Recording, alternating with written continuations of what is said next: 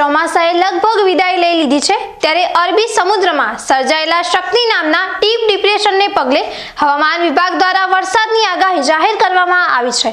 હવામાન વિભાગની આગાહી અનુસાર બનાસકાંઠા જિલ્લામાં આજે છૂટાછવાયા સ્થળો પર હળવાથી મધ્યમ વરસાદની આગાહી કરવામાં આવી છે, જ્યારે આવતીકાલે 5 ઓક્ટોબરના બનાસકાંઠા જિલ્લાના ઘણા સ્થળો પર હળવાથી મધ્યમ વરસાદની આગાહી, 6 ઓક્ટોબરના મોટાભાગના સ્થળો પર ગાજવીજ સાથે વરસાદની આગાહી કરવામાં આવી છે।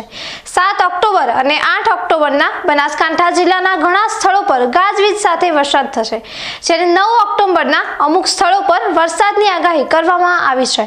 હવામાન વિભાગ દ્વારા જાહેર કરવામાં આવેલી આગાહી અનુસાર અત્યારે મગફળીનો પાક તૈયાર થવાની અણી પર આવી ગયો છે, ત્યારે ખેડૂતોએ સાવધાનીના ભાગરૂપે વરસાદ આવે તે પહેલા પોતાના પાક માટે જરૂરી વ્યવસ્થા કરી દેવી જોઈએ, જેથી વરસાદથી નુકસાન ન થાય।